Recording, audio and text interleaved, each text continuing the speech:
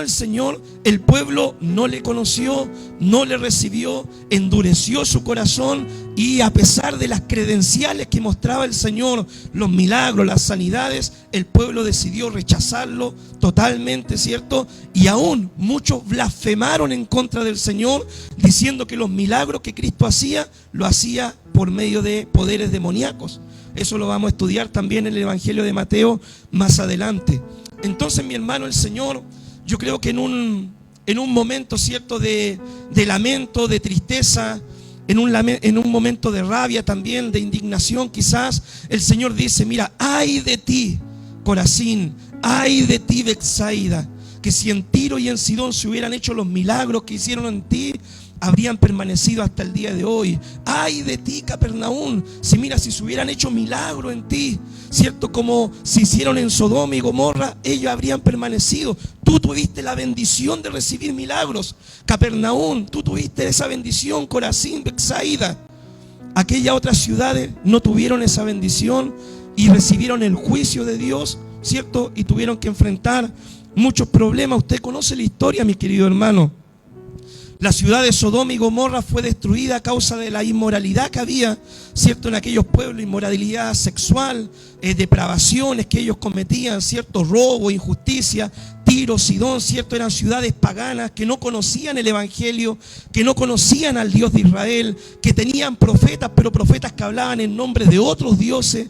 Entonces ellos no tuvieron la bendición de tener toda esa gran cantidad de revelación o de luz que tuvo el pueblo de Israel, ¿ya? Y sobre todo aquella ciudad, hermano, donde vino Cristo e hizo muchos de sus milagros.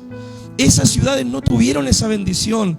Y Cristo dice: si los milagros que yo hice se hubieran hecho en Sodoma, en Gomorra, en Tiro, en Sidón, habrían permanecido hasta el día de hoy, ¿ya? El primer punto, mi hermano, es que Jesús nos llama la atención. La Biblia dice de que Cristo empezó a reconvenir estas ciudades. La palabra reconvenir, ¿cierto?, significa corregir, significa reprender, significa exhortar, significa llamar la atención. Eso significa la palabra reconvenir. Jesús empezó a reconvenir, a llamarle la atención, ¿cierto?, a estas ciudades, porque habían recibido muchos milagros, pero no habían cambiado su actitud. En la Biblia encontramos nosotros, mi hermano querido, de que Dios al hijo que ama, lo corrige, ¿cierto? Al hijo que ama, el Señor le llama la atención. Al hijo que ama, el Señor lo disciplina. Así como el Padre a los hijos que ama también los corrige, le llama la atención. ¿Y con qué propósito, mi hermano querido? Los papás, por ejemplo, le llaman la atención a los hijos o los corrigen para, obviamente, dejen el camino malo y hagan bien las cosas. El Señor hace lo mismo con nosotros. Nosotros somos sus hijos. Dios es nuestro Padre y el Señor también nos llama la atención para que enmendemos nuestro camino, corrijamos lo que está mal y podamos hacer bien las cosas y vivir una vida agradable en la voluntad del Señor. Hoy Dios, ¿cierto?, también nos llama la atención de muchas formas, mi hermano querido. Nos llama la atención por medio de una predicación como esta. Nos llama la atención por medio de algún hermano, de un consejo que nos pueda dar. Mi hermano querido, Dios puede llamarnos la atención aún a través de las piedras. Si los hijos callan, aún las piedras, ¿cierto?, clamarían. Dios puede llamarte la atención, mi hermano querido, y usar hasta una persona del mundo. Si es que no hay ningún hijo de Dios dispuesto a ser de profeta, Dios puede ocupar hasta una persona del mundo para llamar tu atención y decirte: estás mal en esto. Pero Dios nos habla de muchas formas con el propósito, no solamente que recibamos la exhortación, sino que enmendemos nuestro camino. Haya un cambio de actitud en nosotros, ¿ya? En el Antiguo Testamento nosotros esto lo vimos en el ministerio de los profetas. Hemos estudiado, ¿cierto?, los días lunes los profetas y vemos de que Dios levanta, ¿cierto?, a Jeremías, levanta a Isaías, levanta a Ezequiel, levanta siempre hombres y mujeres que llaman la atención al pueblo y le dicen: es necesario que se arrepientan, es necesario que cambien sus caminos, es necesario que arreglen cuentas con Dios, es necesario que pongan en orden su vida. Estos son los pecados que ustedes están cometiendo, es necesario que dejen lo malo y hagan lo bueno, porque si no, decían los profetas, va a venir el juicio sobre Israel, sobre Judea, sobre todos los pueblos, ¿cierto? Y nosotros vemos de que los profetas aunque llamaban la atención al pueblo, aunque lo corregían, el pueblo muchas veces ahí hacía oídos sordos, no quería escuchar la voz de sus profetas. Y nosotros estudiamos, ¿cierto?, de que finalmente el pueblo de Judá fue llevado cautivo a Babilonia 70 años. ¿Cierto? El pueblo de Samaria, de Israel, fue llevado cautivo a Siria, ¿cierto? También, y ahí se dispersaron. Entonces, mi hermano, Dios nos advierte, porque Dios ve el peligro que viene más adelante, como hoy también Dios nos advierte por medio de su palabra. Hijo mío, enmenda tus caminos, ordena lo que está mal en tu vida, porque viene un día del juicio, y si tú no estás preparado, ¿dónde vas a pasar la eternidad? Mi hermano querido, mientras hay vida, hay esperanza. Mientras hay vida, mientras hay el último soplo de vida, hay esperanza para enmendar el camino. Yo el otro día, cuando compartí el evangelio con esta hermana, ¿cierto?, que se entregó al Señor, ¿cierto?, ahora hermana, porque ahora sí hizo su confesión de fe, ella decía, pero esperé tanto, dijo, esperé tanto. Yo cuando era más joven me gustaba la iglesia, quería ir, iba, pero no iba, pero esperé tanto hasta estar en una enfermedad para poder aceptar y recibir a Cristo. Yo de inmediato le dije, hermana querida, no se recrimine por su pasado. Dios ha hecho hoy todas las cosas nuevas. Hoy día el Señor le da una nueva hoja de vida, le entrega, ¿cierto?, una túnica blanca. Los pecados pasados quedan atrás, en el olvido. Gracias. Y hoy, ¿cierto?, comienza una nueva historia con Dios. Mientras hay vida, mi hermano, hay esperanza. Aún en el último momento, si tú rindes tu corazón al Señor con toda tu mente, tu fuerza y tu corazón, Dios te recibe y Dios no te va a rechazar, porque Dios no quiere que nadie se pierda, sino que todos vengan al arrepentimiento. Pero Dios te da a ti la decisión de volver tu corazón a Él o endurecerte. ¿Ya? Entonces es una decisión personal de rendir nosotros voluntariamente nuestro corazón al Señor, mi hermano querido. Jesús en la cruz estaba siendo crucificado y pusieron dos ladrones a su lado. Usted conoce la historia. Uno de ellos le decía, si eres el Mesías, sálvanos, ¿cierto? Rescátate a ti y a nosotros. Y el otro le dijo, ni aún tú tienes temor, estando en la misma condenación. Y dice de que miró a Jesús y le dijo, Señor, cuando venga en tu reino, permite que yo esté ahí. Y Jesús le dijo, hoy estarás conmigo en el paraíso. En el último momento, mi hermano querido, ese hombre se rindió a Jesús y el Señor lo salvó. Ahora, si nosotros tenemos la oportunidad el día de hoy, mi hermano querido, no esperemos hasta el último momento. No esperemos tener una enfermedad, estar en un hospital, estar agonizando para rendir nuestra vida al Señor o ordenar nuestra vida. Sabemos que Dios nos puede salvar, pero si hoy tenemos la oportunidad, estando bien, tomemos esta oportunidad ahora. La aplicación de esto, mi hermano, ¿cierto?, es que Dios siempre nos ha enseñado que debemos ir dejando cosas, ir cambiando lo que está mal. Nosotros debemos ser humildes, mi hermano, y hacer los cambios necesarios en nuestra vida para poder estar bien con Dios, para no enfrentar un día el juicio del Señor. Cuando nosotros llegamos a los caminos del Señor, todos nosotros llegamos con nuestras yayitas, ¿cierto? Yo me acuerdo, hermano, cuando yo llegué a la iglesia, yo llegaba fumando, terminaba de fumar y entraba al templo, adoraba al Señor y salía del templo al tiro a fumar. Ese era mi vicio, ¿cierto? Mi tentación más grande que yo tenía, el cigarro. De repente igual me servía, ¿cierto?, mi alcohol y todo. Cuando salía a carretear con mis amigos, me acuerdo de que me juntaba con ellos y yo les predicaba con una lata de cerveza en la mano y ellos me decían, pero y mira, si tú tomáis y vaya a la iglesia, ¿y por qué eres así? Yo decía, es que Dios un día me va a sacar esto, Dios está procesándome, me está cambiando. Yo sé que esto está mal y tengo que dejarlo, pero todos llegamos con cositas al evangelio. Algunos llegan, por ejemplo, en convivencia, ¿ya? Otros llegan, ¿cierto?, con diferentes tipos de situaciones, pero el evangelio cambia, mi hermano. El evangelio cambia vidas, cambia mentes, cambia corazones. Y cuando uno tiene un corazón humilde delante del Señor, Dios empieza a hacer un cambio en tu vida. Dios empieza a romper cadenas, ataduras. Dios empieza a ordenar tu casa, tu familia, tus finanzas, tu hogar, tus hijos. El evangelio tiene ese poder. Jesucristo tiene ese poder por medio de su palabra de empezar a ordenar tu vida. Y después ya pasa el tiempo, tú empiezas a dejar lo malo, Dios empieza a romper cadenas y todo eso.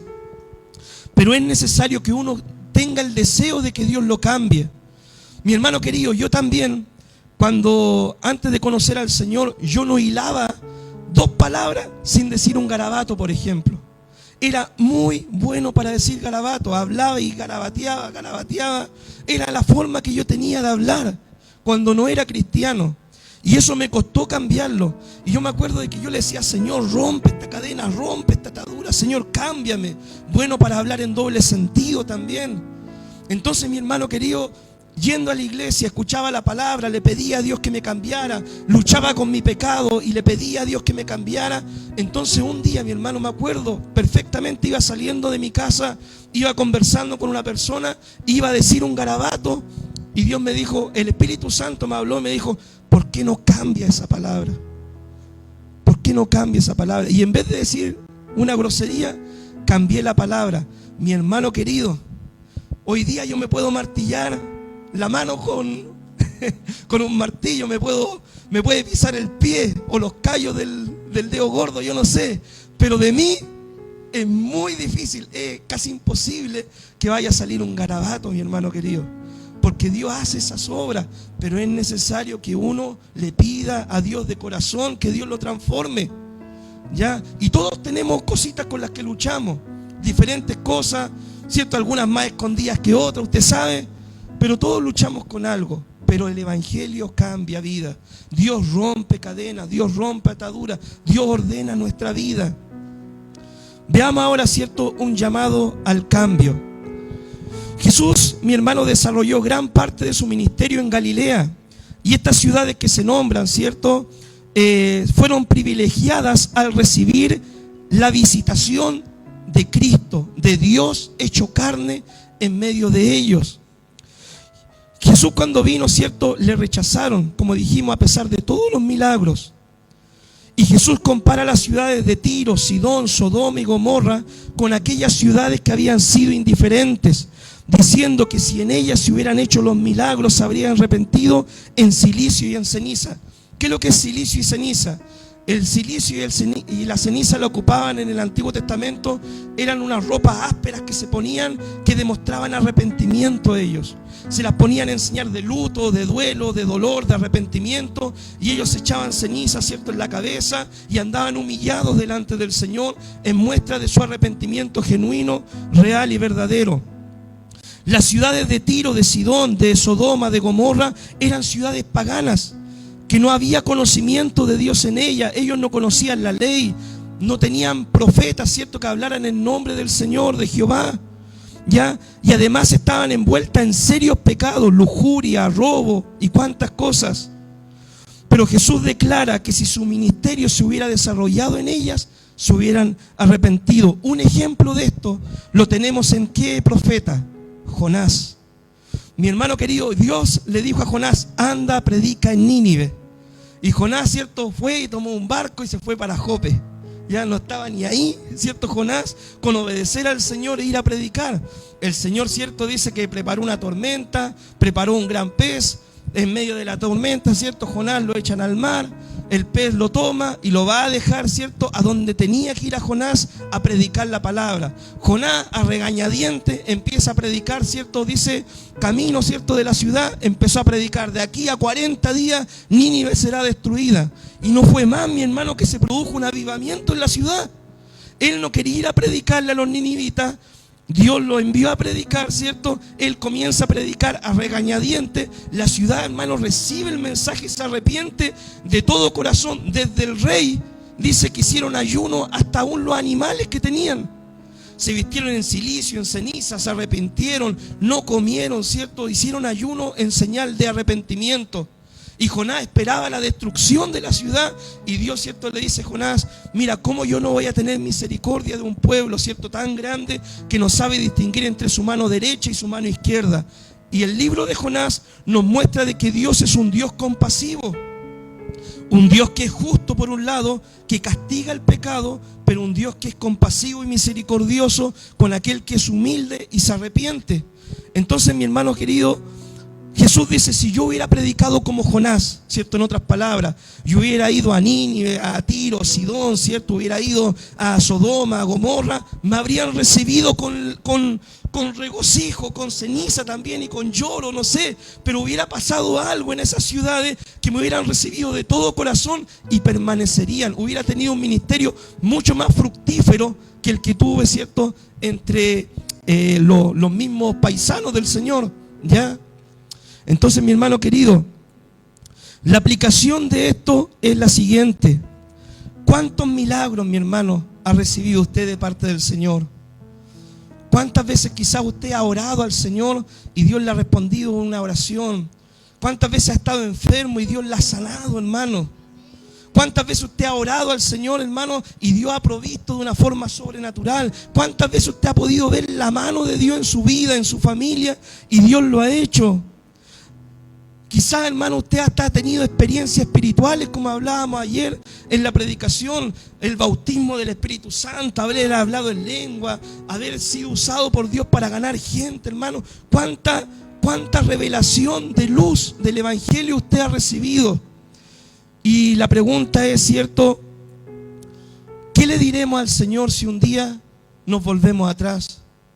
¿Qué le diremos al Señor, cierto, si un día decidimos abandonar sus caminos y no seguirle más? ¿Qué respuesta le vamos a dar a Dios? Señor, es que yo no te seguí porque estaba cansado, no te seguí porque tenía que dedicarme a mis trabajos, no te seguí porque tenía cosas más importantes que hacer. Si Dios, hermano, le ha dado una gran oportunidad, una gran bendición, debemos aprovechar, ¿cierto?, la oportunidad que Dios nos da.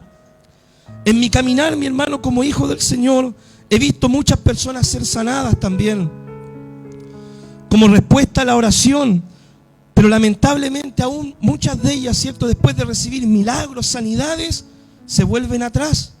La palabra misma lo dice, cuando Jesús un día sanó a los 10 leprosos, ¿cierto?, solamente uno volvió a darle gracia, y ese era samaritano. Entonces, mi hermano, Dios de repente hace grandes señales, maravillas, milagros, responde oraciones, pero en nuestro corazón hacia Él muchas veces hay una indiferencia.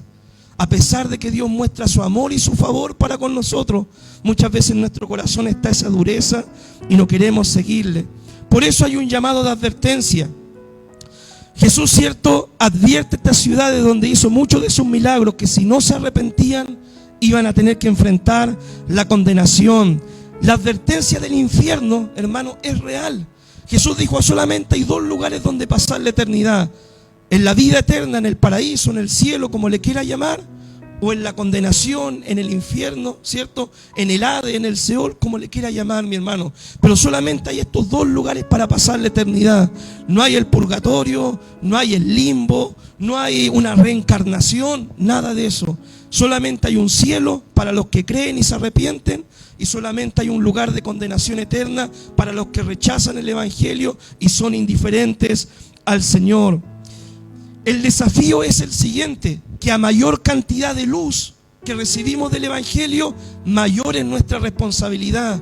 Mi hermano querido, cuando Dios nos juzgue a nosotros, ¿ya?, Dios nos va a decir, mira, tenía ahí una Biblia en el velador, tenía ahí una Biblia en la sala de estar, vivía ahí a 2 cuadras de la iglesia, tenía ahí internet para ver predicaciones, el pastor más encima grababa las predicaciones para que después las volviera a ver, el pastor te llamaba por teléfono, el pastor te visitaba, estuviste enfermo, te fueron a ver al hospital, tuviste necesidad, te ayudaron, te predicaron el Evangelio, no tan solo el pastor, porque en el trabajo también tenías compañeros cristianos que te hablaban de la palabra.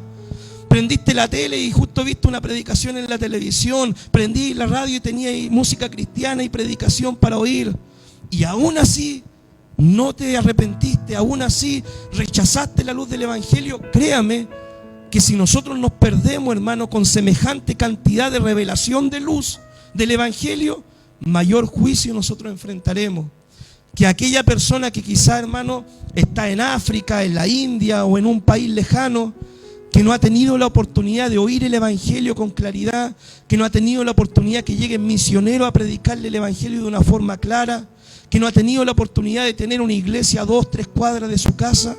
Esas personas Dios igual las va a juzgar, Pero a nosotros que tenemos mayor revelación, Dios más nos va a pedir. Al que más se le da, más se le demanda.